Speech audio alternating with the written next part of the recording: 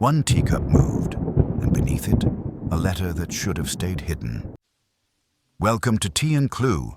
I'm your host, Elias Thorne. Let's connect. Comment below and tell me where you're listening from.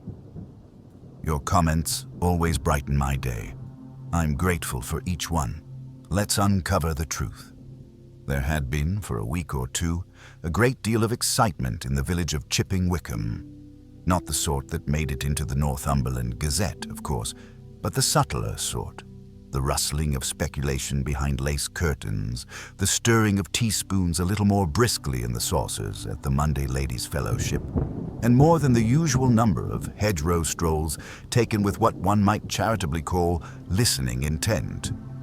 For Mrs. Penelope Ambrose, who had spent 35 years in a perfectly serviceable marriage to the late Harold Ambrose, solicitor, Masonic lodge chair, and unrepentant snorer, had returned from a week in Eastbourne engaged to a man no one had ever met. "I dare say he's foreign," murmured Mrs. Hartnell over her biscuit at the church tea. "They have all sorts down there now." "He's certainly not foreign," said Miss Winstanley, who had known Penelope since the war and once shared her sugar coupons. "She wouldn't have it, and in any case, she said he was a gentleman, a retired colonel, she told me." "Well," replied Mrs. Hartnell with a tight sniff, "that can mean anything these days." And so it was that the entire village turned out, under one guise or another, to Mrs. Ambrose's midsummer garden tea, a Thursday event of no historical significance, except that it occurred on one of those rare English afternoons when the sun cooperated. The roses bloomed in full chorus, and murder was the last thing on anyone's mind. Miss Marple arrived precisely at 3:30, wearing a pale lavender cardigan and a straw hat with a violet ribbon that fluttered a little in the breeze. She was greeted at the gate by Penelope herself, looking flushed and uncharacteristically breathless, her wide-brimmed hat tilting at a dangerous angle. "Jane," she exclaimed, "so good of you to come." "My dear," said Miss Marple, kissing the air near her friend's cheek, "how could I resist such a promising scandal?" Penelope laughed too brightly and waved a hand. "Come along, we're just setting the tea out." The garden had been arranged with a half-dozen wrought iron tables, each covered in white linen, every place adorned with a mismatched but charming assortment of china. Hydrangeas framed the lawn, and a small brass gramophone near the hedge spun an old Elgar waltz. Guests mingled, sipped, and speculated. The mysterious fiancé had not yet arrived. Miss Marple seated herself beside Mrs. Vicarage and Colonel Weatherby, who was already halfway through a plate of Battenberg. "I hear," said the Colonel, dabbing his mouth, "the chap was in India. Cavalry, I believe." "Well," said Mrs. Vicarage with a slightly elevated brow, "I hope he doesn't think Penelope intends to do much galloping." A ripple of laughter passed through their table just as Penelope returned, now with a silver tray of miniature sandwiches. She paused mid-step, her gaze suddenly catching something just beneath Miss Marple's teacup. "Oh," she said, her voice strangely hollow, "that's odd." Miss Marple looked down and saw a folded piece of yellowing paper incongruously tucked beneath the delicate china. Penelope picked it up and turned it over slowly in her hands. "It wasn't there before," she murmured. "At least, I don't think." "What is it?" asked Miss Marple gently. Penelope unfolded the note. Her face tightened, the corners of her mouth pinched white. "Nothing," she said too quickly. "Some silly joke, I'm sure. Please excuse me. I think I left the meringues in the oven." And with that, she hurried back toward the house, leaving the letter on the table, flapping slightly in the breeze. The Colonel gave a grunt. Curious thing, always knew she was the nervy sort. Miss Marple, saying nothing, reached out and held the letter in place with one finger. She did not unfold it, but her eyes rested on the edge, where the ink had bled slightly into the paper. One could just make out part of a line. "He still knows about the cottage. We should never have..." Miss Marple didn't blink. She merely lifted her teacup and sipped, her gaze drifting across the garden to where Penelope had vanished into the house. The guests were chatting. Someone asked where the Colonel's new wife had gone. Laughter rose from the far side of the hedge. Birds chirped from the apple tree. But Miss Marple sat very still, because that letter had not been there when she first sat down, and someone had placed it beneath her teacup, deliberately. The gramophone continued its gentle whir, playing a slow, meandering tune that matched the lazy warmth of the afternoon. Tea was poured, cream stirred, and the conversation around the garden drifted back to safer topics. Rose varieties, the baker's new assistant, and the peculiar state of affairs at the village post office, which had lost 3 parcels last month and delivered a wedding invitation to the late Mrs. Gissing. But beneath the chatter, a quiet unease settled. Penelope Ambrose had not returned from the house. Miss Marple remained where she was, the folded letter still under her teacup, held in place by the lightest touch of her gloved fingers. Her expression was benign, faintly puzzled perhaps, as though contemplating whether or not to ask for a second scone. But her eyes moved from face to face with measured interest. She noticed that Mrs. Hartnell had stopped laughing quite abruptly when Penelope left. She noticed, too, that young Lydia Townsend, who had been talking animatedly with her fiancé near the trellises, was now whispering with her back, turned, casting sideways glances toward the house. Several guests were watching the empty doorway where Penelope had vanished, their expressions ranging from idle curiosity to something nearer dread. Miss Marple caught the attention of Nora Beckwith, a plain, sensible woman who ran the lending library 2 villages over and had known Penelope since they were girls. Nora crossed over quickly, holding her teacup carefully to avoid spilling. "You saw it?" Miss Marple asked in a low voice, gesturing ever so slightly with her eyes toward the folded letter. "I did," Nora said, nodding. "It was there, tucked under your cup." "How strange." Miss Marple tilted her head. "Did you happen to notice if anyone passed this table while I was speaking with Colonel Weatherby?" Nora thought for a moment. "Well, yes, actually. I saw Rupert, Penelope's nephew. He came this way, I think, to fetch more milk. Or said he was." "Rupert," Miss Marple echoed mildly. "That's Harold's sister's boy, is it not?" "That's the one," Nora replied, lowering her voice. "Rangy fellow with the spots. He's been living at the vicarage since March. They say he gambled away a small fortune at Oxford. His mother sends pocket money from Brighton, but I gather it's rarely enough." "Curious," said Miss Marple, not as a judgment, but as a simple observation of fact. She lifted the letter at last, smoothing it gently against her knee. The edges were crisp, but the paper bore an unmistakable musty smell. The handwriting, though faint in places, was neat and slanting, unmistakably from a fountain pen. Her eyes scanned it quickly. "He still knows about the cottage. We should never have used the key, never. If he talks, everything falls apart. Burn this." Miss Marple folded the letter once more and slipped it carefully into the inside pocket of her handbag. A puzzle, certainly. Not a threatening letter in the obvious sense, but something cloaked, something half-spoken. Someone knew it would be found. And someone, Penelope, had not expected it to be placed in that particular spot.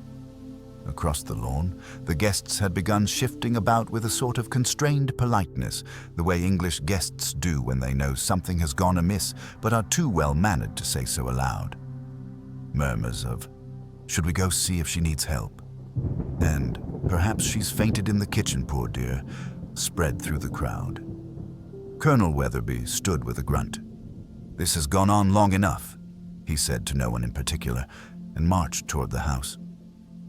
Miss Marple waited. She did not rise, nor did she speak further. She merely watched. 2 minutes passed, then 3. Then the Colonel re-emerged, his complexion a shade paler and his gait much slower. "She's dead," he announced. "In the scullery. Looks like, well, there's no nice way of putting it. Looks like poison." There's a half-eaten meringue beside her and a bottle of something. I've sent young Townsend to fetch the constable." A chill breeze seemed to pass through the garden. Cups were set down too quickly. A woman dropped her spoon into the grass and didn't bother to retrieve it. Lydia stifled a sob. Rupert was gone entirely. Miss Marple stood at last and walked slowly toward the house. The others, momentarily stunned, parted to let her through. In the narrow scullery, lit by a single high window, Penelope Ambrose lay slumped sideways on the tiled floor. Her hat had fallen off, revealing a patch of damp hair clinging to her temple. Her hand rested loosely against an overturned saucer. The meringue, what was left of it, lay beside her, surrounded by pale crumbs. Miss Marple did not cry out, nor did she avert her eyes. She simply stood still for a long time, her gaze traveling slowly over the scene. She noted the faint scent of almonds that lingered in the air. She noted the lack of struggle, the curious calm of the body's posture. And most of all, she noted that Penelope's handbag, a floral-patterned thing she'd carried since the Jubilee, was missing. She turned back toward the door and met Colonel Weatherby's eyes. She had enemies then, the Colonel muttered. I never would have thought.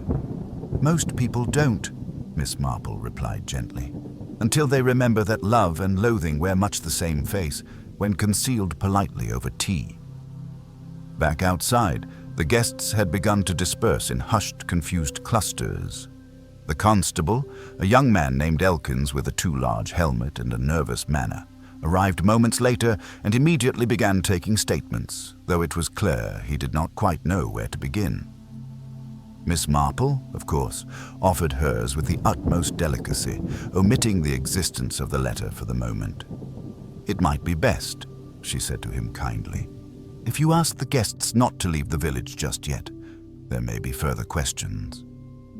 "Yes, Miss Marple," said Constable Elkins with the grateful air of a man who has received instructions from someone clearly better suited to the task. By 5 o'clock, only a few stragglers remained. Lydia Townsend, white-faced and shivering, stood beside her fiancé, who seemed rather more interested in smoking his third cigarette than comforting her. Mrs. Hartnell was whispering furiously to Mrs. Vicarage, and Nora Beckwith lingered by the rose bushes with an unreadable expression. Miss Marple walked slowly back toward her own cottage at the far end of the lane. The sun was dipping lower now, and the sky had taken on the faint golden hue of approaching dusk. In her pocket, the letter rustled softly with each step. She would not read it again. Not yet. At the gate to her cottage, she paused and turned, glancing back at the Ambrose house where the garden party had so abruptly curdled into tragedy. She tapped one finger lightly against her chin. A letter left beneath her teacup. A meringue taken in haste. A handbag gone missing. And a line about a cottage someone shouldn't have known about. Yes, Miss Marple thought. It was quite definitely murder. And someone in that garden had not intended it to be noticed, at least not yet. But they had made a mistake. A small one. She would find it soon enough. The next morning arrived with a deceptive sense of calm. Sunlight filtered gently through the lace curtains in Miss Marple's sitting room, casting patterned shadows across the worn rug. She sat in her usual armchair by the window, her knitting needles quiet in her lap, the wool untouched. Before her lay the letter once again, carefully flattened beneath a porcelain paperweight shaped like a rose.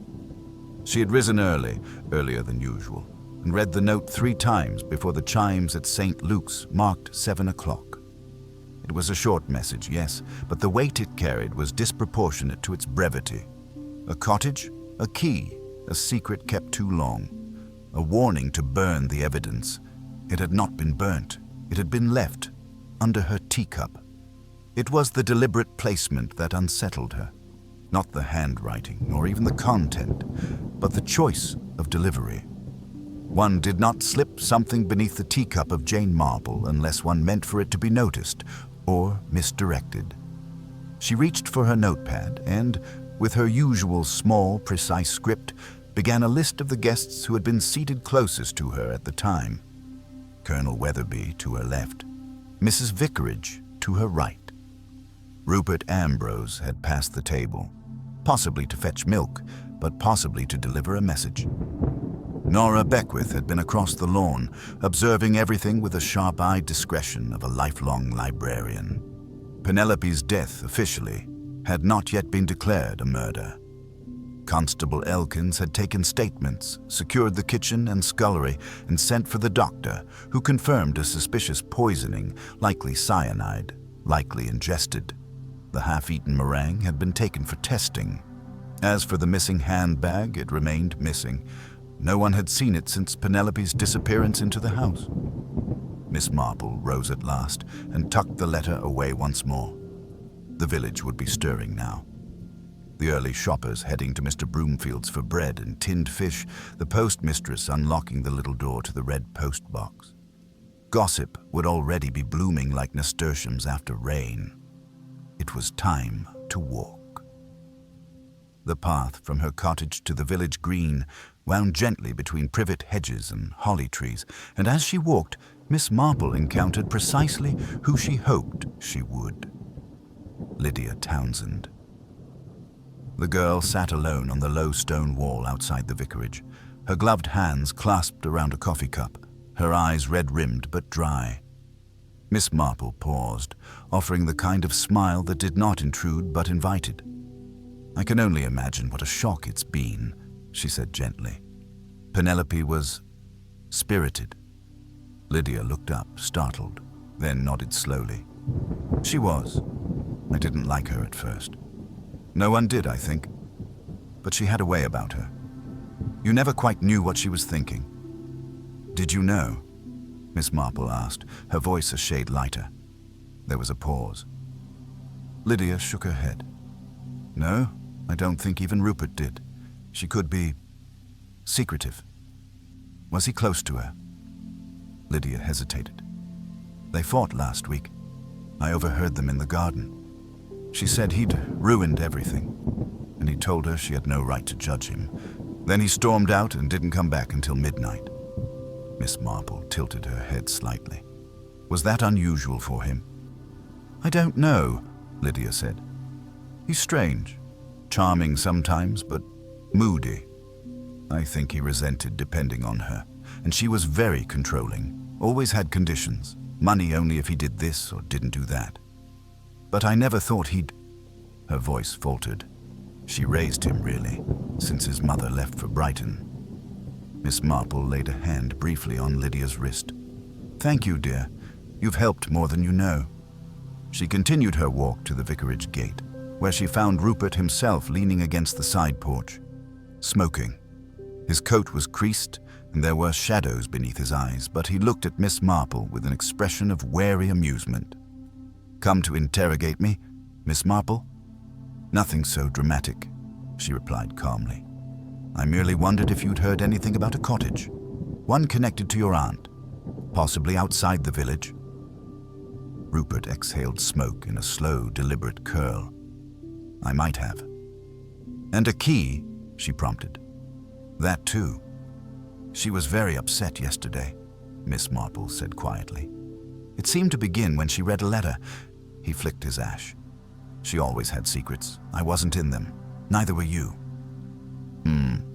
But someone wanted me to read it, didn't they?" That earned her a flicker of something behind his eyes. Fear? No. Irritation, perhaps. He dropped the cigarette and crushed it underfoot. "There's a place," he said finally. "On the other side of Hartwood Lane, just before the woods begin. Old stone place. She used to go there some Sundays. Said it was for solitude. I wasn't invited." "Did you ever go anyway?" He shrugged. "Once. The curtains were drawn. I thought it was empty. But when I turned the handle, the door was locked. The lock was old, rusted, but she had the key on her ring. I saw it once. It was the only one that looked handmade." Miss Marple nodded. "Thank you, Rupert. I appreciate your honesty." She walked away without another word, leaving him to fidget with the empty cigarette packet. The walk to Heartwood Lane took her 20 minutes, along the hedgerows and across the narrow bridge that spanned the stream behind the vicarage. The old path beyond was quiet, the woods still and watchful. And there it was, a low stone cottage, half covered in ivy, the shutters drawn tight. Miss Marple approached slowly, her eyes alert. A faint trail of footprints, mostly dry now, led to the door, confirming it had been visited recently. She tried the handle, but it resisted her, gently, firmly, still locked. She bent to look through a gap in the shutters. The light was dim, but she could just make out a table with a checked cloth and what looked like a ledger book lying open. No furniture for living, no signs of habitation. A retreat, perhaps, or a meeting place. Miss Marple straightened and drew in a long breath of the woodland air. The smell of damp moss, distant foxglove, and, just faintly, something metallic. Not iron, something sharper. She stepped back. The key would have to be found, or a reason to open the door without it. But already, the shape of the truth was beginning to form. Back in the village, Constable Elkins was speaking with a doctor about the toxicology report. The meringue had tested positive for cyanide.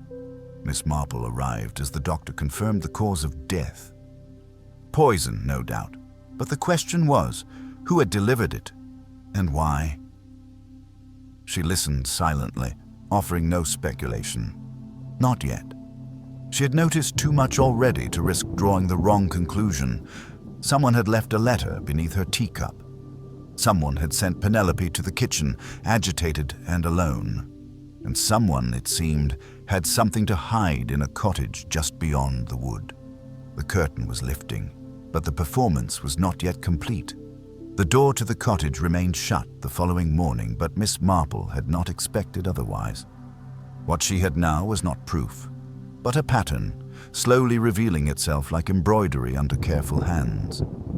A locked place with a ledger, a letter not burnt, a missing handbag, and above all, a woman who had looked behind her as she walked into her own kitchen and hadn't returned.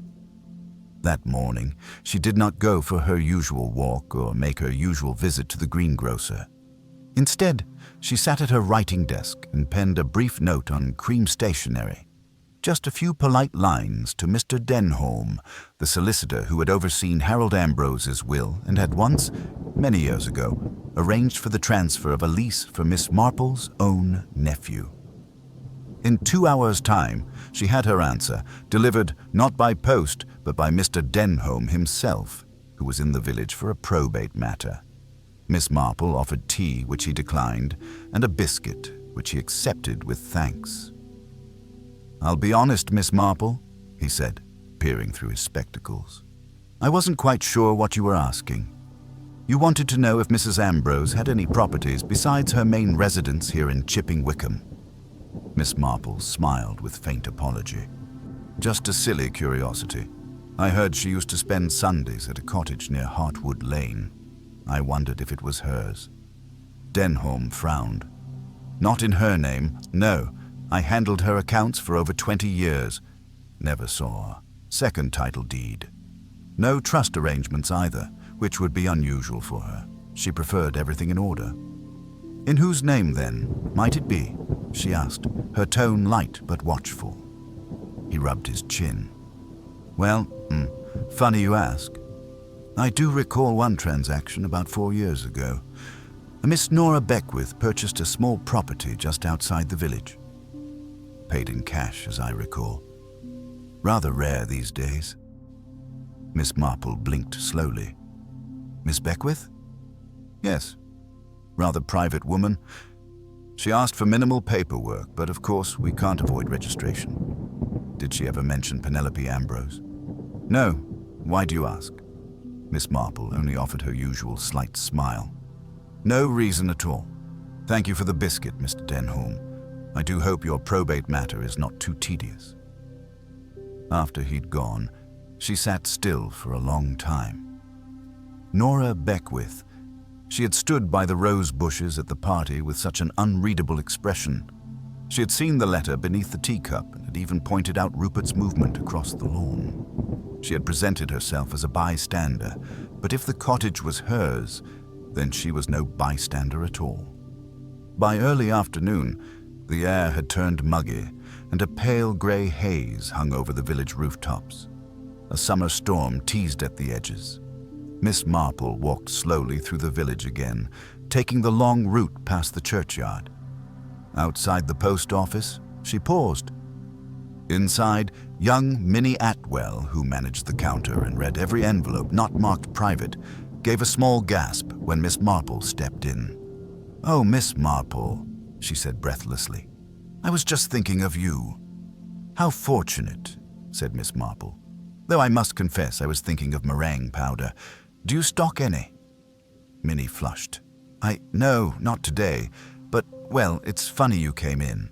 Yesterday morning, just before the party, Mrs. Ambrose came in and posted a letter. First class, she said. Seemed flustered. To whom? I don't know the name. It was handwritten, no return address. But I remember the postmark. Sent to Sevenoaks. Miss Marple nodded as though it meant little. Do you happen to remember what color the envelope was? Minnie beamed.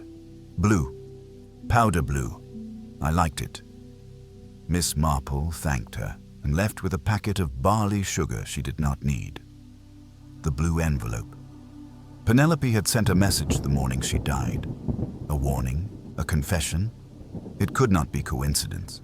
She began to wonder what had been written, if it had been insurance or regret or both. The next logical step was a conversation with Miss Beckwith, but not yet, not directly. Instead, she returned home and retrieved an old recipe box, Harold Ambrose's handwriting still visible on one tab marked puddings, and removed a small envelope tucked inside. She opened it and scanned the note, then placed it alongside the folded letter from beneath the teacup. The handwriting was the same. Nora Beckwith had written the letter. She knew about the cottage. Of course she did. It was hers. But then why write a note warning Penelope about it? And why leave that note not for Penelope, but under Miss Marple's teacup? Unless the note hadn't been meant for Penelope at all. Unless it had been meant to be found and misunderstood.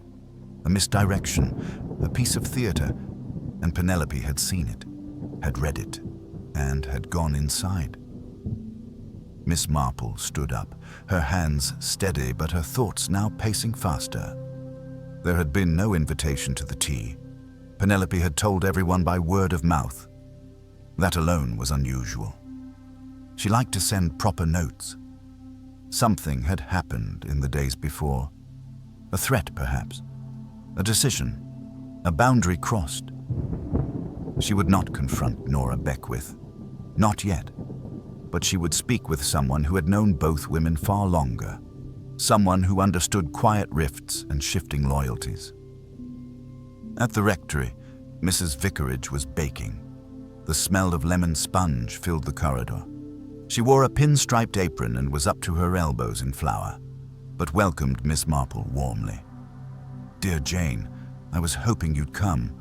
I've had such a feeling." Miss Marple accepted tea and listened as Mrs. Vicarage poured out her thoughts like flour into a bowl. "I always thought they were rather too close," she said quietly.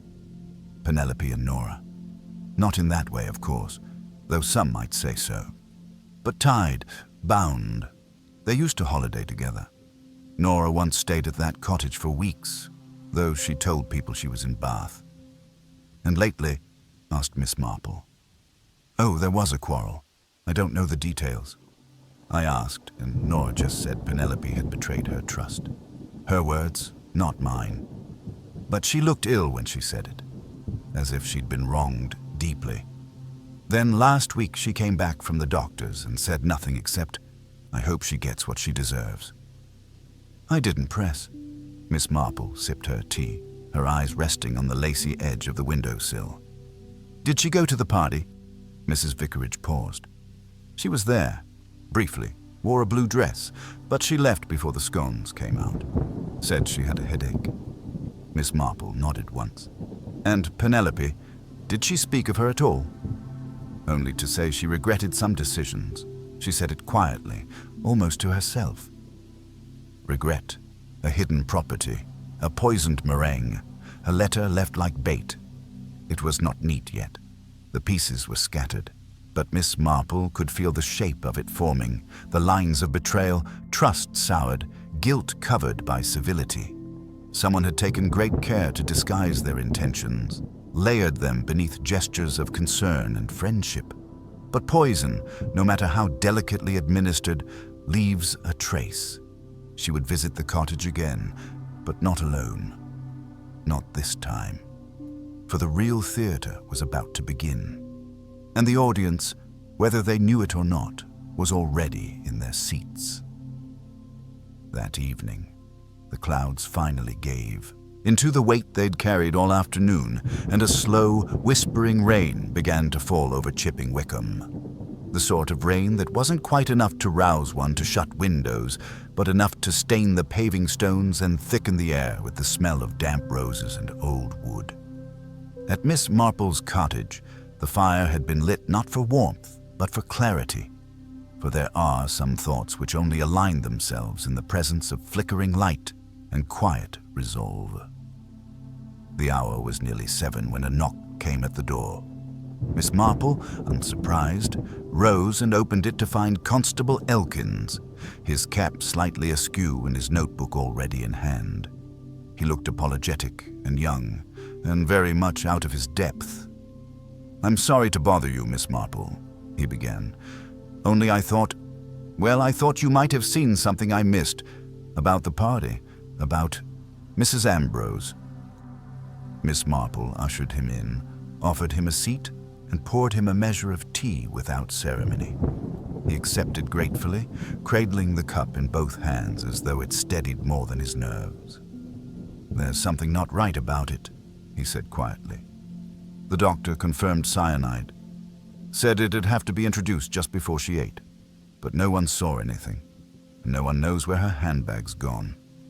Her nephew said she was being paranoid lately, and Nora Beckwith's refused to answer my calls." Miss Marple's eyes twinkled faintly, though her voice remained soft. "Constable, have you considered that the act of the murder was not done in anger, but in fear?" He blinked. "Fear? Yes. Not the sort that lashes out, but the sort that plans, that watches, that writes letters on pale blue paper and places them beneath teacups." He stared at her. "So you believe it was murder?" "I believe someone expected Mrs. Ambrose to read that letter and understand its message, whether it was intended for her or not. And I believe the real message wasn't in the words, but in the context, the way it was delivered." Elkins flipped open his notebook and scribbled something, although it wasn't clear what. "Do you know what the letter said?" Miss Marple met his eyes. "I do." He waited, breath held. "But you must understand," she said gently, "that the letter is not evidence in the way you wish it to be. It is a key, yes, but not one that opens the lock by itself." She leaned forward slightly. "What we need," she continued, "is a conversation, one that must happen in precisely the right place." By morning, the rain had lifted, leaving the trees glistening and the garden paths soft underfoot. Miss Marple walked to the vicarage first, where Rupert Ambrose was staying in the upstairs guest room. He answered the door with a look of mild annoyance that quickly softened into curiosity. "Would you do me a kindness, Rupert?" she asked. "I'd like you to come with me to Hartwood Lane, to the cottage." Rupert's brow furrowed. "Why me?"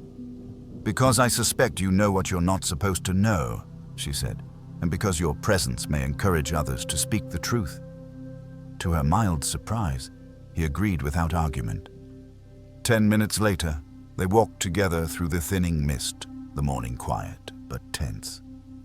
Rupert was unusually silent, his hands in his pockets, shoulders hunched. They reached the cottage just past 9. The old path glistened with water, and the keyhole on the wooden door shone faintly, as though it had recently been used. Miss Marple raised her hand and knocked 3 times. There was a pause, then footsteps. The door opened.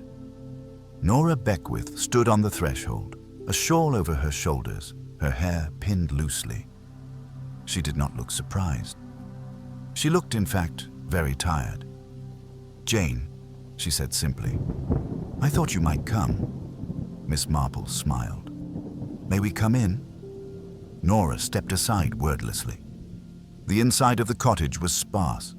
A table with a single chair, a kettle on the iron stove, a bookshelf filled with records and ledgers. On the wall hung a faded photograph of 3 women in wide hats standing before a lake. One of them was Penelope Ambrose, another Miss Beckwith, the third unfamiliar. Rupert moved to the window and stared out. Miss Marple approached the bookshelf and gently pulled one of the ledgers free. "I've taken the liberty of confirming that this cottage is in your name," she said softly. "You purchased it 4 years ago." Nora did not deny it. She sat down at the table. "It was ours," she said after a moment. "Penelope and I. It was meant to be a secret place, a retreat. We agreed I'd hold the deed. She didn't want it tied to her name." Miss Marple nodded. "And yet something changed." "Yes," Nora said, her voice flat. "She used it for other things. Not just solitude.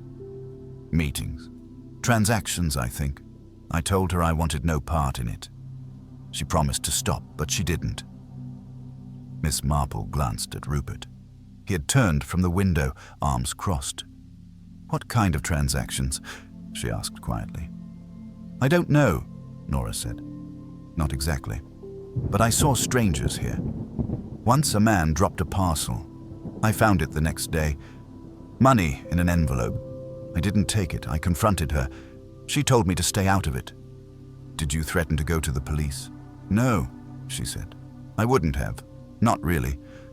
But I wrote her a letter. Told her it had to end. That if it didn't, someone else might find out. That I still knew everything." "And that letter," Miss Marple said gently, "was found beneath my teacup." Nora's head lifted. "What?" "I believe someone retrieved it. Perhaps Penelope, perhaps someone else, and placed it there, to frighten her or to prompt action." Rupert stepped forward then, his voice cold. "You mean to frame her?" "I mean to push her into panic," Miss Marple replied. Which worked. She left the table. She went to the scullery, and shortly afterward, she was dead. There was a long silence. Nora stared at the floor. "I didn't poison her," she whispered. "I know," Miss Marple said. "But you must know who did." There was a soft sound, the hush of breath escaping as Nora closed her eyes. "She told me, 2 days before the party," she said quietly, "that she was going to sign the cottage over, that she wanted it all to be done properly. She was going to put it in Rupert's name." Rupert blinked. "Mine. She said you needed a fresh start, that she owed you that." Miss Marple's gaze didn't move from Nora's face. "And did anyone else know of this decision?" "She said she was going to tell Lydia, that morning, before the party." There it was. A movement behind the curtain. A reason, at last. Lydia, sweet, trembling Lydia, who had comforted Penelope in recent months, who had grown close enough that Penelope might wish to secure her future, but a sudden decision to change course. To sign everything to Rupert? Miss Marple stood. "We must speak with her, before the day grows any longer." Outside, the mist had finally lifted, but the path to the truth was now clear. Only one shadow remained to be drawn into the light. Miss Marple walked with quiet purpose along the lane that led back to the village, Rupert trailing behind her in a silence that was not quite resignation and not quite disbelief. The air had taken on a new clarity, as though the rain had washed away not only the dust, but the pretenses that had hung around Chipping Wickham since the garden party. In the distance, the church bell chimed the half-hour, and sparrows burst from a yew hedge in a flurry of wings. Lydia Townsend was found sitting beneath the old beech tree on the green, her coat folded neatly beside her, her hands clasped over her lap. She looked up as they approached, and though her face remained composed, there was a flicker, barely a second, where her breath seemed to catch. Rupert said nothing. He remained a few paces back, his expression unreadable. "Miss Marple," Lydia said softly, "I didn't expect to see you this morning." "No," Miss Marple replied. "I rather imagine you didn't." She lowered herself carefully onto the bench beside her. The wood was still slightly damp, but she didn't seem to mind. "It's a lovely morning," she continued, her voice gentle and conversational, "for unraveling lies." Lydia's eyes shifted just briefly toward Rupert. Miss Marple followed her gaze. "You needn't worry about him. He knows." "I don't know anything," Rupert muttered, but Miss Marple held up a hand, and he fell quiet again. "I've been trying to understand," Miss Marple went on, "why Penelope Ambrose, sharp, suspicious, and not overly fond of surprises, would go into her kitchen alone after reading a letter she had not written, placed in a spot where someone clearly meant it to be seen. I thought at first it was meant for her, a warning, but the more I considered it, the more it seemed theatrical, staged." Lydia's voice was quiet but steady. "Why would someone do that?" "To create panic," Miss Marple said, "to prompt her into making a decision quickly, perhaps signing something, or destroying something, or confronting someone she no longer trusted. But instead of reacting in secret, she reacted publicly." She left the tea table in front of guests. That wasn't the plan. There was silence between them, the distant sound of a cartwheel on gravel. Miss Marple turned her head slowly. Penelope had made up her mind to change the inheritance, to give the cottage and what it represented to Rupert. She was going to tell you. That morning. Lydia's lips parted slightly, then closed again.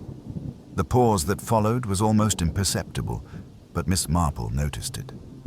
She always noticed the silences between words. "She said she was going to do that, yes," Lydia said eventually. "But she hadn't. Not yet." "And did you try to persuade her otherwise?" "I asked her to reconsider. That's not a crime." "No," Miss Marple said gently. "Not a crime, but you knew how much the cottage meant. Not just the structure, but what it had become. The records inside, the names, the arrangements." Lydia's gaze turned sharp. "You're speculating." "I rarely do," Miss Marple replied. "But I listen, and I observe. I observed, for instance, that Penelope's handbag was missing from the scullery. I observed that you were the first to suggest she might have fainted, and I also know that you had time to follow her into the house before the others noticed she hadn't returned." "I didn't poison her," Lydia said, her voice suddenly brittle. "No," Miss Marple said again. "You didn't. The meringue did." Lydia looked away. "I think you left the letter beneath my teacup," Miss Marple said. "You must have taken it from Penelope's handbag, or perhaps from her writing desk, where she had foolishly kept it. You saw the threat in it. You thought it would push her over the edge, make her panic, undo her intentions. You wanted her to react." Lydia did not deny it. "But you weren't prepared," Miss Marple continued softly, "for what she might do with that panic. You followed her inside. You found her already distressed. She was disoriented, perhaps weeping. You reached for the tray to comfort her, or to see if she had signed anything. But the meringues had already been plated." Rupert's voice cracked behind them. "You killed her?" "No," Miss Marple said firmly. "That's not how it happened." She turned back to Lydia, who had gone pale. "She ate a meringue," Miss Marple said, "and then she collapsed, and I believe you were just as shocked as anyone." There was a long pause. Lydia closed her eyes. "It wasn't supposed to happen that way." "No," Miss Marple agreed, "because you didn't know. You didn't know that someone else had poisoned one of them." The wind lifted, rustling the leaves above. You thought you were directing a play, Miss Marple said gently. But someone else was behind the curtain, waiting for the cue. Lydia's voice was a whisper. Then who? Miss Marple stood slowly. That, she said, is the next question. She turned to Rupert. Do you recall where the pastries came from? The bakery, he said at once. Penelope sent me to fetch them the day before. She asked you to collect them. No, she said they were ordered. All I had to do was pick them up. Miss Marple nodded. And who else knew about that order? I suppose. Rupert hesitated. Lydia was with me. We were walking together. I told her I had to run an errand. She came along. Did she enter the bakery with you? No, she waited outside. Miss Marple's gaze remained steady. Did anyone else know? He shook his head. They walked slowly from the green, the silence between them stretching, not awkwardly, but heavily, the kind of silence that carried thought. As they neared the bakery, Miss Marple slowed. Through the window, the shop was quiet. Only one customer stood near the counter, and behind it was Mrs. Culpepper, rosy-faced, her sleeves rolled up, tying twine around a box of scones. Miss Marple entered first. Mrs. Culpepper looked up and brightened. Morning, Miss Marple. I suppose you've come for the cherry buns. Not today, thank you, Miss Marple said warmly. I wonder, though, you recall the meringues Mrs. Ambrose ordered for her tea? Mrs. Culpepper's brow furrowed. Of course. Lovely batch, if I may say so. Who packed them? Miss Marple asked. Do you remember? The baker looked thoughtful. Well, I believe Ivy did. Young Ivy. She's only been with us a few weeks. But she's good with presentation. Ivy? Ivy Townsend, Mrs. Culpepper said brightly. Lydia's sister. Miss Marple did not speak for a moment. Is she in today? No, said Mrs. Culpepper, puzzled now. Called in sick this morning. First time she's missed a shift? Miss Marple nodded. Thank you, Mrs. Culpepper. That's all I needed. Outside, Rupert looked lost. But she's only a girl.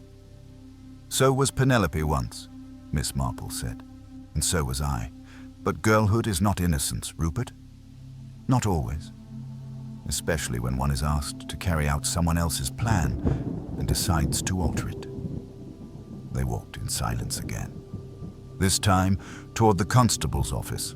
The curtain had been drawn, but the final act had not yet ended. Constable Elkins was not in his office when Miss Marple and Rupert arrived, but the door was open, and his coat hung on the peg by the map of the parish boundary. A kettle burbled on the small hob in the corner, and a notebook lay open on the desk, blotting ink still wet. Miss Marple, never one to fuss over official protocols when time was pressing, stepped inside and waited. Rupert remained just outside, pacing the worn flagstones with a restless energy that clashed with the slow stillness of the room. It wasn't long before Elkins returned, winded from his walk and damp at the collar. "Miss Marple," he exclaimed, hastily wiping his hands. "I was just going to look for you. Something's come up." "I believe I know what it is," she interrupted gently. "You've heard about Ivy Townsend." He blinked. "How did you—" "She didn't report to work this morning. Not ill, as claimed. Likely gone." "She is gone," Elkins said, lowering his voice. "Her sister Lydia sent word just an hour ago. Said she'd gone to stay with an aunt in Kent. No address left, no train ticket confirmed, nothing packed properly, just vanished." Miss Marple's face did not change. "And you see, of course, what that means." Elkins looked overwhelmed, but nodded. "She packed the meringues, the ones Mrs. Ambrose ate?" "Quite. And I suspect," Miss Marple continued, "that she didn't act alone, or entirely of her own volition." Rupert had come inside now and stood rigid, hands curled into fists at his sides. "You think Lydia asked her to do it?" Miss Marple turned to him. "I think Lydia had her own plan, A manipulation, a push, a reshaping of her position beside your aunt. But I don't believe she meant her harm. She wanted to frighten Penelope, not kill her. And Ivy? Elkins asked. She was angry, Miss Marple said, more to herself than to them. Angry at Penelope for threatening Lydia's place. Perhaps protective, perhaps impulsive. It takes very little. Just a moment alone with a tray, an opportunity, and powdered cyanide is not difficult to acquire for someone who knows how to ask the wrong questions in the right places. Elkins sat down heavily in his chair, and now she's gone. For now, Miss Marple said. But she won't get far. She's young, frightened. She'll reach out to Lydia. That will be her mistake. Elkins looked at Rupert. And Lydia? Miss Marple touched his arm lightly. She must be questioned. Gently, but firmly. She knows more than she's said. But if you press too hard too soon, she'll lock herself into silence to protect her sister. Rupert's voice was hoarse. And what happens to her? Ivy? If she's found quickly, Miss Marple said softly, and confesses, if she explains everything, perhaps leniency, perhaps not, but the truth must come first. By the time they reached the Townsend house, the rain had begun again, soft and persistent, like the sound of paper torn very slowly. Lydia answered the door herself, no longer surprised, no longer feigning composure. She stepped aside and let them in without a word. The sitting room was quiet and orderly. No sign of distress. A single vase of fresh-cut daisies stood on the mantel, beside a photograph of the two sisters in childhood, bare feet, arms around each other, squinting into the sun. Miss Marple sat in the armchair without waiting to be offered. She didn't ask questions, not immediately. Instead, she began, "Do you remember, Lydia, when you first met Penelope Ambrose? At the ladies' choir, I believe." Lydia hesitated. "Yes, I sang alto." She said my timing was atrocious. "And yet you became close." She was lonely, in her way, sharp, difficult, but loyal. And generous, when she wanted to be. Rupert remained standing, though his fists had unclenched. Miss Marple continued. "When she decided to alter her will, to leave the cottage and perhaps more to Rupert, you felt that as a rejection." Lydia didn't speak. "You had helped her," Miss Marple said. "Comforted her, supported her through an illness last winter, yes? That must have created a bond, perhaps even a dependence." Lydia's voice cracked slightly. "She said I was her only real friend." "And then," Miss Marple said gently, "she made you feel as though that meant nothing." Still, Lydia did not speak. "So you found the letter from Nora, and you used it. You left it where she would see it. You meant for her to panic, to believe someone had discovered the cottage. You thought in her fear she might revert, cling to you, need you again." "She wasn't supposed to die," Lydia said at last, her voice a whisper. "No," Miss Marple agreed, "but someone else had different ideas." There was a long silence. The only sound was the faint ticking of a clock on the shelf.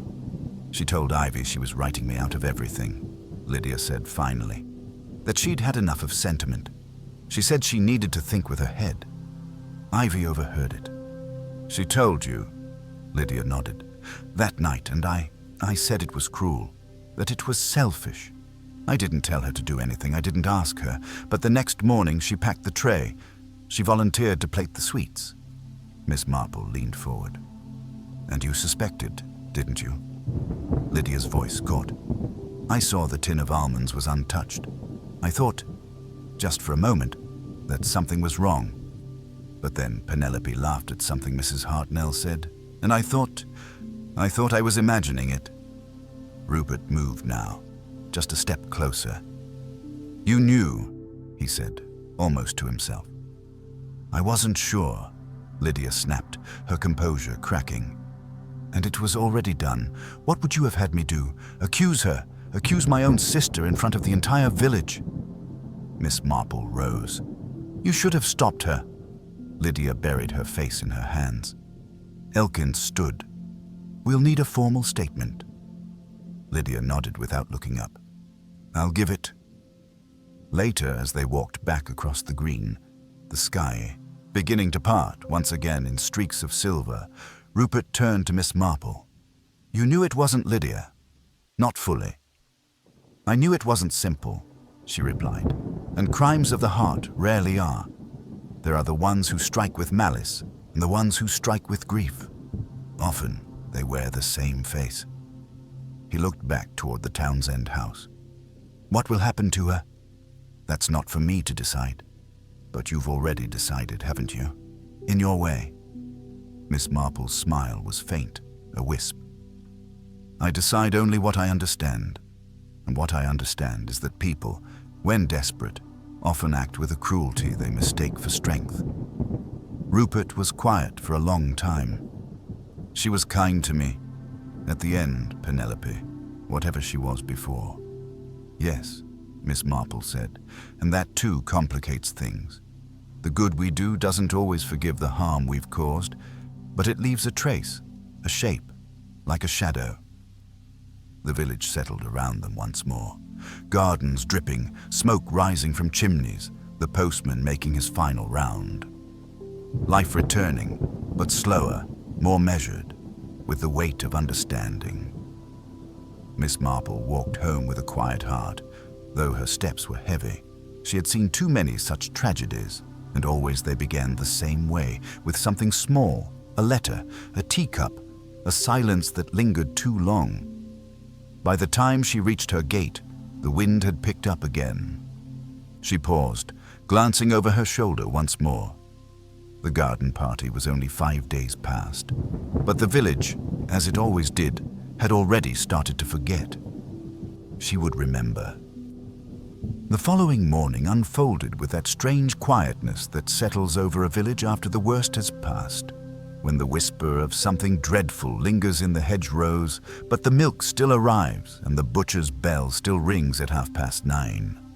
Chipping, Wickham was already smoothing over the cracks, as it always did.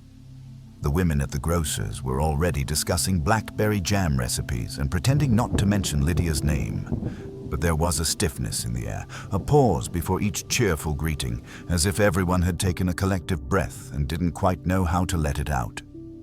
Miss Marple, however, was not among those pretending.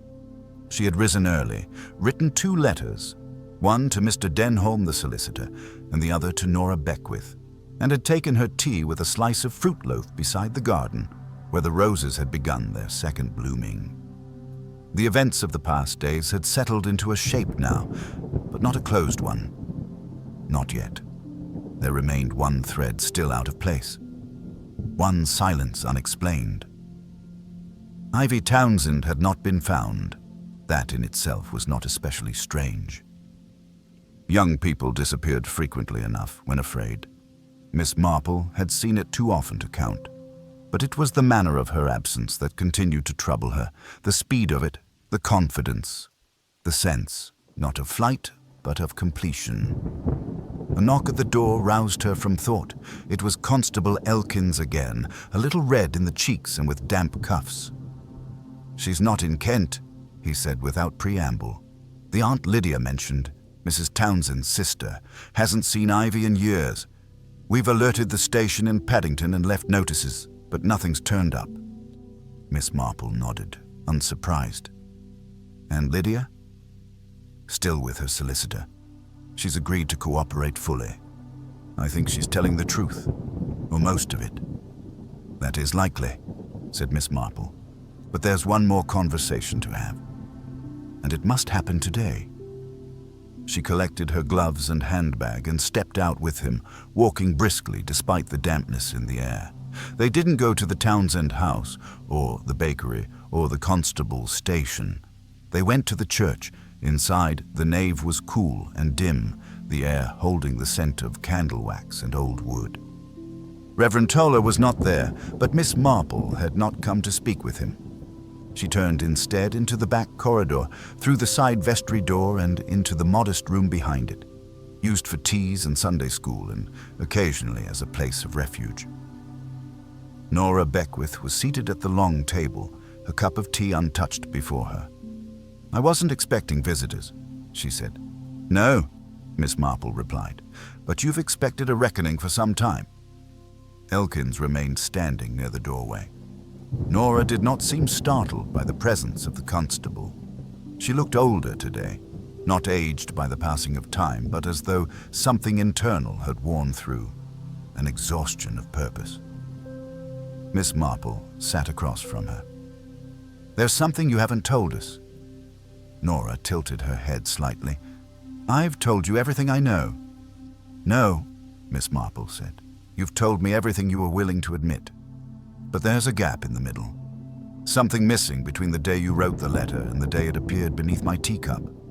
It's not the letter that's suspicious. It's the placement." Nora looked away. "You didn't leave it there," Miss Marple said, "and neither did Lydia. She only found it later. No, it was moved, and you knew that it would be, because you told someone. You warned someone, and that someone decided to use it." Nora's hands tightened around the teacup, but still she didn't lift it. "Ivy," Miss Marple said softly. "She helped you clean the cottage once. Months ago, she was curious, asked too many questions, and you were upset with Penelope then, hurt. You said things. You shared too much." "I didn't know she would," Nora began, then stopped herself. "You didn't know she would take your words and turn them into justification. She idolized her sister, and Lydia had always felt discarded by Penelope, by society, by the very order of things. Ivy took your bitterness as license, not permission, perhaps, but something very close." Nora didn't argue. "She's not just hiding, is she?" Miss Marple said. "You helped her leave." Nora's voice, when it came, was dry and trembling. She was shaking the night after. She said she thought she'd only sprinkled a little. She thought Penelope would be sick, not dead. But when it happened, she came to me. Not Lydia. Me. "Because she knew Lydia would never forgive her," Miss Marple said. "And you might." "She was a child," Nora whispered. "Not by age, but in her thinking. She thought she was protecting something that didn't need protecting. She acted out of pride and panic, and then she was trapped. You should have come forward." "I couldn't," Nora said. "I tried, but every time I thought about it, I saw her mother's face. The whole village would tear her apart. Ivy wasn't cruel. She was reckless, and yes, wrong, utterly wrong." "She committed a crime," Elkins said, stepping forward now, "and someone's dead." "I know," Nora said. "I know." Miss Marple's expression remained calm, but her eyes were sharp. "Where is she?" Nora's mouth opened, but no sound came. Miss Marple waited. "She's in Sussex," Nora said at last. "Near Ditchling. I gave her some money, told her to wait for me. I needed time. I thought maybe no one would put it all together, but I should have known you would." Elkins pulled a notebook from his coat. "Constable," Miss Marple said gently, "perhaps you might allow me just one more question before you make your arrangements." Elkins paused, then gave a small nod.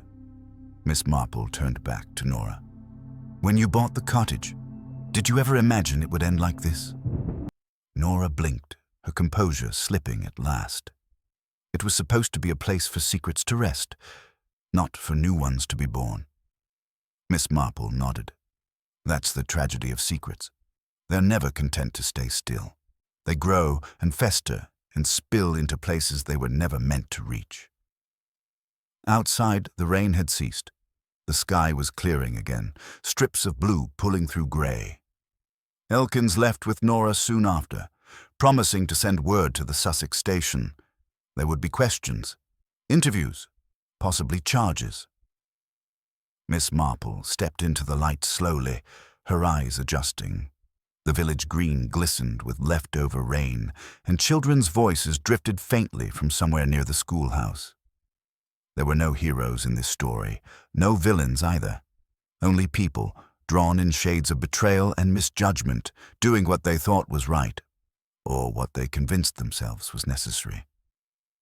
The murder of Penelope Ambrose had not been the result of hatred or greed in its crudest form. It had come from fear, from affection twisted, from secrets long mislaid and loyalties misunderstood. Miss Marple walked home with the sure steps of someone who had seen too much and still believed in the need to understand. Not forgive, necessarily. Not excuse, but understand. That was always the beginning of healing. And sometimes, in villages like Chipping Wickham, that was the best anyone could hope for. The road to Ditchling was narrow and winding, lined with wet hedgerows and the occasional flash of bluebell where the woods fell back from the lane. Constable Elkins drove with both hands firmly on the wheel, his mouth set in a thin line of determination, while Miss Marple sat beside him in quiet observation. The air inside the car was thick with unspoken questions about justice, guilt, and what people do when they believe no one is looking. It had been just over 24 hours since Nora Beckwith had admitted to aiding Ivy Townsend's disappearance. Since then, arrangements had been swift and subdued. Elkins had sent ahead to the Sussex Constabulary, and they had traced the location Nora had described. A small boarding house on the edge of a low hill, the sort of place where nobody asked questions and nobody stayed long. She may have fled again, Elkins said as the car bumped over a patch of uneven gravel. She might, Miss Marple agreed. Or she might be waiting as she was told. Some young people still believe in instructions. Elkins gave a short, doubtful laugh. She killed someone, Miss Marple. No, she corrected softly. She caused someone's death, but it's not the same thing, not legally perhaps, but morally. I believe she never fully grasped what death meant. Not until afterward. The boarding house stood just as described, a narrow whitewashed structure with green shutters and ivy that climbed unevenly toward the eaves. The doorbell was answered by a middle-aged woman in slippers and a floral apron who nodded silently when Elkins showed his identification. She's in the upstairs room at the back, the woman said. Didn't say much. Paid for the week in advance. Kept mostly to herself. They climbed the stairs slowly. Miss Marple didn't speak, nor did she reach for the handrail. The hallway smelled of furniture polish and damp curtains. At the far end, the door stood closed. Elkins knocked. There was a pause, long enough for the sounds of a bird outside the window to filter in. Then the latch lifted, and the door opened. Ivy Townsend stood on the threshold in a pale blue cardigan and skirt, her eyes rimmed with the sort of exhaustion that only follows a sleepless conscience. She looked first at Elkins, then at Miss Marple, and her face didn't change. You came, she said quietly. Miss Marple inclined her head. Yes, dear, we did. Ivy stepped aside to let them in. The room was small and neat, with a single bed, a wash basin, and a suitcase resting on the floor. A copy of Wuthering Heights lay open on the windowsill, pages curled from the damp. I wasn't going to run, Ivy said after a moment. I thought about it. But there's nowhere to go. Elkins took out his notebook but didn't speak yet. Miss Marple crossed to the chair by the window and sat down with great care, smoothing her skirt. Ivy, she said, you've had several days now to consider what happened. I hope you've begun to understand it. Ivy's chin trembled, but she steadied it. I thought it would just make her sick, that she'd panic, cancel the whole thing. I just wanted her to stop trying to push Lydia out. I didn't mean... Of course you didn't, Miss Marple said, her voice soft. But you measured your actions in outcomes you wished for, not in what might actually happen. That's a dangerous kind of arithmetic. She lied to Lydia, Ivy said suddenly. She said she was leaving her the cottage. She said it, and then she changed her mind. Just like that. She had the right to, Miss Marple said gently. However unkind it felt, Penelope Ambrose had every right to change her will. Ivy's face crumpled for a moment, and then she dropped onto the edge of the bed. She made Lydia feel worthless, like she was just furniture. Something moved around and polished, but never part of the real picture. Miss Marple studied the girl closely. "Did Lydia know what you planned?" "No," Ivy whispered. "She thought I was just angry. We talked the night before the party. She said she hated what Penelope was doing, but she didn't say anything about that. I brought the tray in from the back. I'd kept one of the meringues from the order. I knew which one it was." "And you switched it?"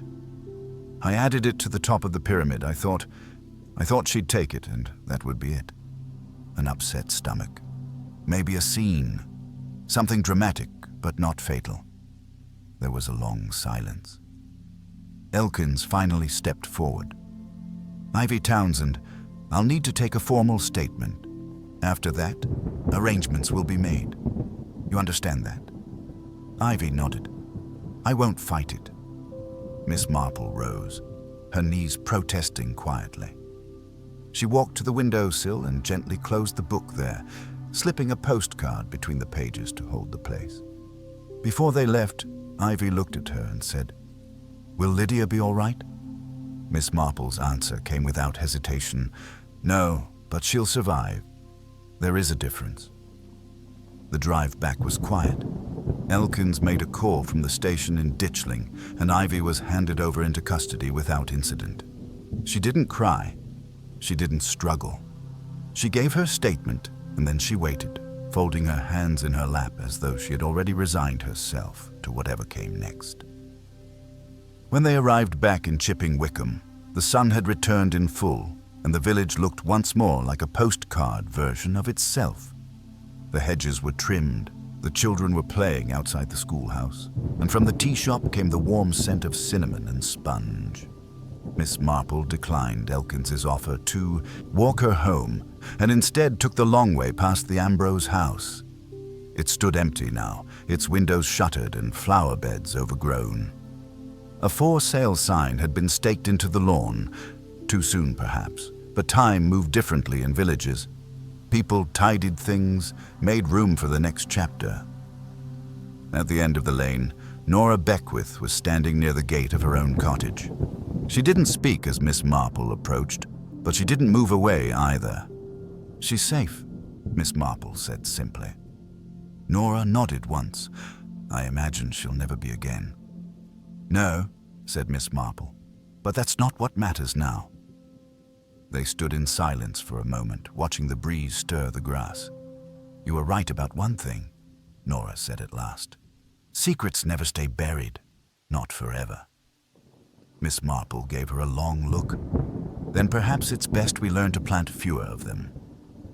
She left Nora at the gate and continued toward home, where her tea awaited and her knitting sat untouched on the arm of the chair.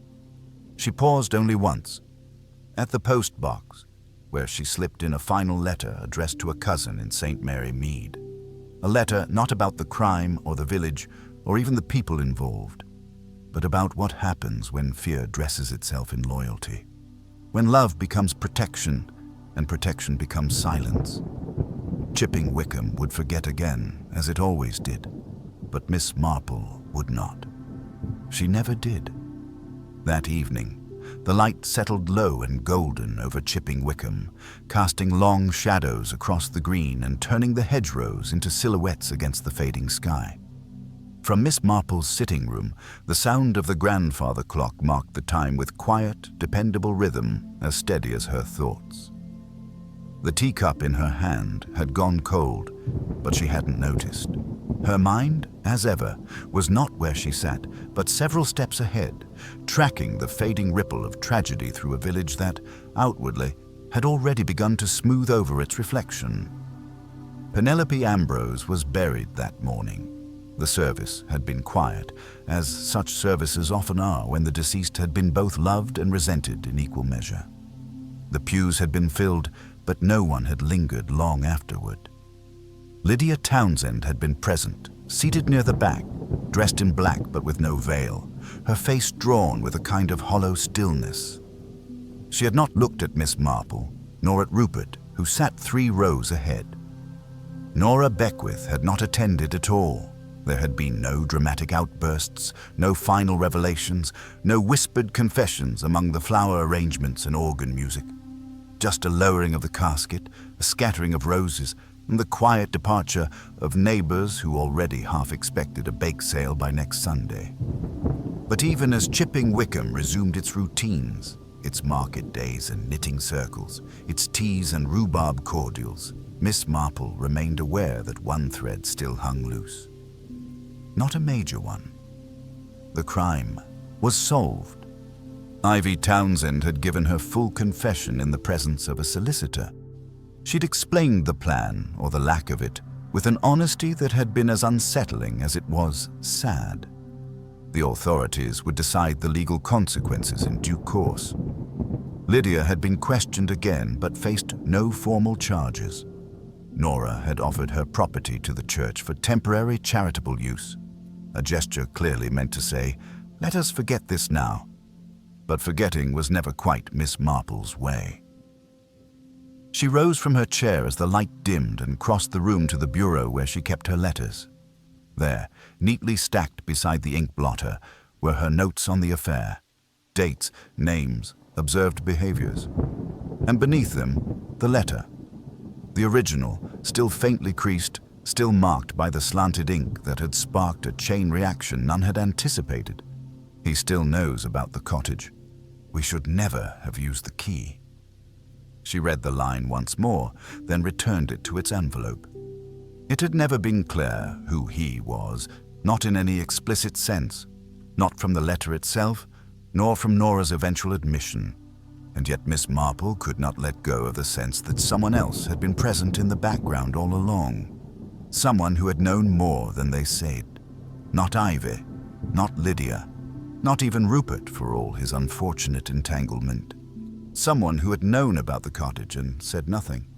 Someone who had perhaps hoped that silence would be enough.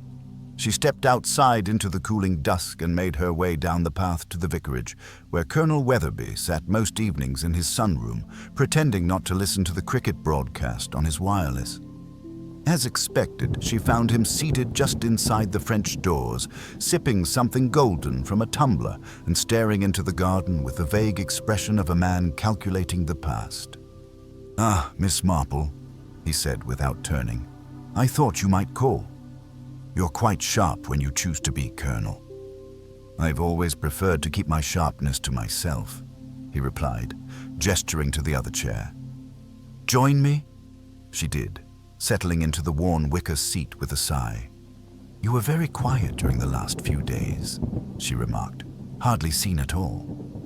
"Nothing useful to add," he said mildly. "No one wants a war story when there's a murder to solve. And yet you always seem to find your way into the right rooms at the right time." The Colonel chuckled, but without amusement. "You're suggesting I knew more than I let on." "I'm suggesting you understood more than you admitted. There's a difference." He was quiet for a moment. "She told me about the cottage," he said at last. "A year ago. Penelope said she used to go there to think. Said she'd made a mess of it." Miss Marple nodded. "Did she tell you what kind of mess?" "No, but I suspected it wasn't legal, nor entirely moral. Did you ever visit?" He gave her a sideways glance. "Once. I was asked to deliver a parcel. No name, no explanation, just a request to leave it under the table inside." "And did you?" "I did. Then I left. It wasn't my business, I thought. She was a grown woman. And you never mentioned it when she died." "What good would it have done?" he asked, but his tone had softened. "You had suspects. You had motives. I didn't want to make things worse." "Even if you knew someone else might have understood that delivery differently? Someone like Ivy, perhaps, who might have interpreted it as blackmail or corruption or something worth erasing." The Colonel stared out at the garden. "I was a fool," he said finally. "I thought silence would keep me out of it." "It never does," Miss Marple said gently. They sat for a while, without speaking. Then she rose, "I shan't trouble you further, Colonel, but I think you should tell the constable what you've just told me." He didn't look at her, but he gave the smallest of nods. By the time she returned home, the first stars had appeared. She lit a single lamp and sat by the window, watching the village fold into darkness. So many of the villagers would remember the garden party as an interruption, a brief storm in an otherwise mild summer. Some would forget altogether who died, or when, or why. Children would ask one day why the Ambrose house had been sold, and someone would say vaguely, "Oh, there was a scandal once." But Miss Marple would remember everything, not just the poison, or the suspects, or the letter beneath the teacup. She would remember the way Penelope had looked up from that note, face suddenly stricken. She would remember the silence that passed between Lydia and her sister on the lawn. She would remember the faintest tremor in Nora's voice and the absent look in Rupert's eyes when he spoke of loss. She would remember how fear and guilt and pride moved through people like wind through grass, subtle, shifting, and always leaving something bent in its wake. The mystery was solved. But the consequences had only just begun. 2 weeks later, the post brought 3 letters to Miss Marple's cottage. The first, from Mr. Denholm, contained confirmation that Penelope Ambrose's revised will had indeed been located, unsigned, but with annotations suggesting intent to favor Rupert with the cottage. The second, a neat envelope from Lydia Townsend, contained no more than a single line of quiet gratitude, written in a hand far more careful than when the summer began. The third was from Constable Elkins, now confident enough in his penmanship to share not just news, but reflections. Ivy Townsend had been officially charged with manslaughter. The court had acknowledged her cooperation, her youth, and her evident remorse. She would serve a sentence, but not one that would last a lifetime. Nora Beckwith had testified truthfully and without spectacle. Colonel Weatherby, in the end, had also made his statement, quietly and without seeking absolution. Miss Marple folded each letter and placed them in her drawer, beside the worn envelope that had once lain beneath her teacup. It had begun as a garden party, an event that was supposed to be as forgettable as it was floral. But in its gentle setting, a murder had taken root. Not of passion or greed in the traditional sense, but of judgment clouded by fear, protection warped into action, and a chain of errors that had led to one woman's death. Penelope Ambrose, for all her contradictions, had been no simple victim. She had kept secrets, leveraged influence, and shifted loyalties with sharp intent. But she had also tried, at the end, to make a different kind of decision, one born, perhaps, of guilt, or perhaps of clarity. Lydia had loved her in a complicated way, needing her approval more than her affection. And Ivy had acted not out of cruelty, but a dangerous kind of loyalty, one that mistook interference for love and silence for strength. And as for the letter, so seemingly small, so carelessly placed, it had proven to be a seed from which the whole truth had grown. Miss Marple had recognized it for what it was, not simply because of its contents, but because of its timing, its placement, its intent. In a village like Chipping Wickham, where people rarely said what they meant, but always meant something, where something appeared was often more important than what it said. The letter had not been a clue left by a murderer. It had been a misused warning, a spark dropped near dry grass. That afternoon, Miss Marple took her usual walk down past the churchyard and along the old rose-covered fence near the post office. She stopped briefly to speak with Minnie Atwell about the state of the postal service, atrocious this week, then collected a small parcel of dried lavender she hadn't ordered but was pleased to receive. On her way back, she paused near the Ambrose house, now standing empty but freshly painted, with a small wooden sign reading "Let by Arrangement." The curtains were drawn, but a flicker of movement suggested someone might already be viewing the property. Time moves on, even in the shadow of death. Miss Marple continued home and set her kettle on to boil. She laid out a single slice of Dundee cake and placed her knitting basket at her feet. And when the tea was ready, she poured herself a cup, placed it gently on its saucer, and paused. There was no note beneath it this time, but she remembered the feeling of finding it, the stillness that had settled over her as realization bloomed.